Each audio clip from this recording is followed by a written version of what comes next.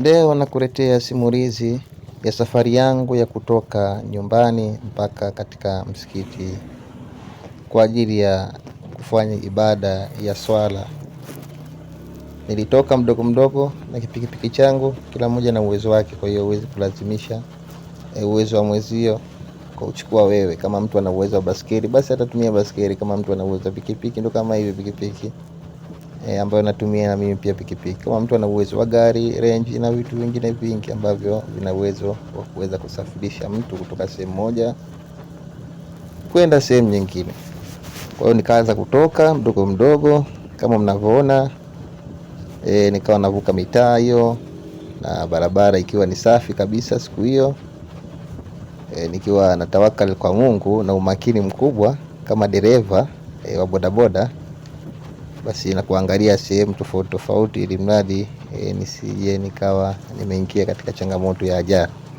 Basi nikawa naendesha kidogo kidogo, nikawa navuka magari kama unavyoona, mwendo sihaba kidogo, speed ya 50 60, nafika 80 napunguza kwa sababu ni naogopa sana. Nikawa naenda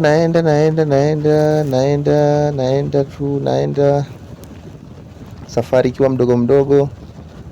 Kama unavyoona, mji umepoa kabisa, watu hamna kabisa, watu ni wachache kabisa. Kama unavyoona, nikawa nimeenda safari nikiwa inaendelea taratibu.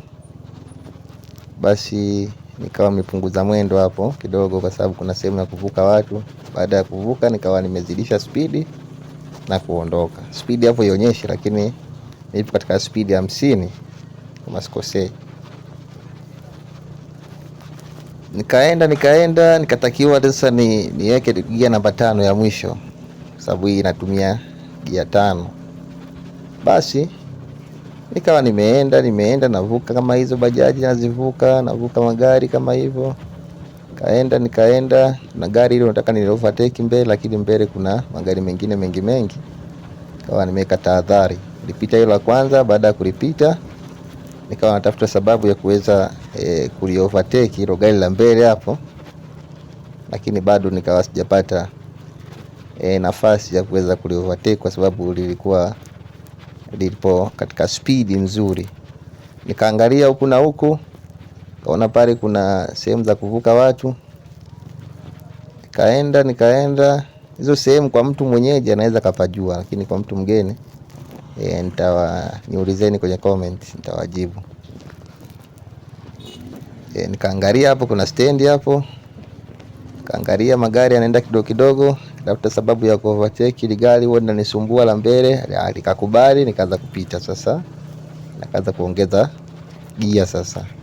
Gia zikawa zinakwenda, kaongeza gia namba 3, nikatoka, kaongeza namba 4, nikaondoka. Speed hiyo inaendelea, nikaona bado, nikabidi nibadilishe sasa. Nikabadilisha nikaweka gia namba 5 ya mwisho.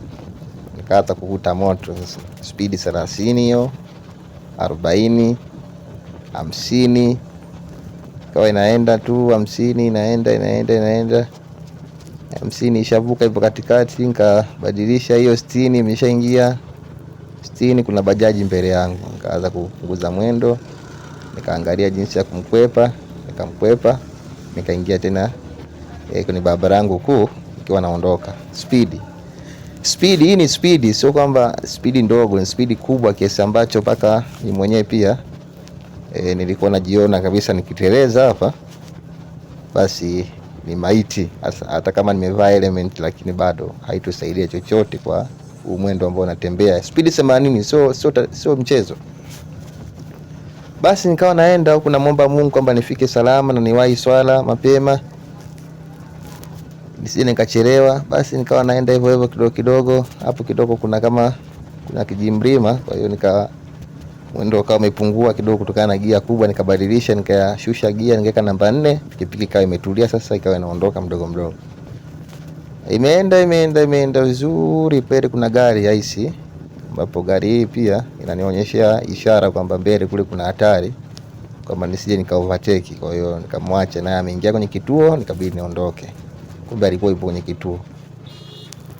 Basi nilipofika hapo kwenye mataa, karibu na mataa kabisa, nikaanza kuwasha sehemu ambayo naenda, nikawasha indicator hiyo, nikawa nimeelekeza kwa ajili ya kuvuka taratibu, nikakunja vizuri, nikawa natarajia kukunja hapo kwenye kikona hapo nimekunja salama, nikawa naangalia huku na huku, barabara ya pili hamna kitu, nikapita nikaelekea mpaka masjidi, nikafika salama masjidi. Ndio kama hiyo mnavyoiona hapo, nikawa nimesimama.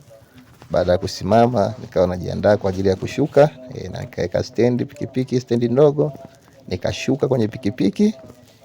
Kwa muda tena unayoyoma, unakaribia, watu washaingia msikitini wengi sana ndani. Nikatoka zangu, mimi ndio huyo. Asanteni sana kwa kunifuatilia.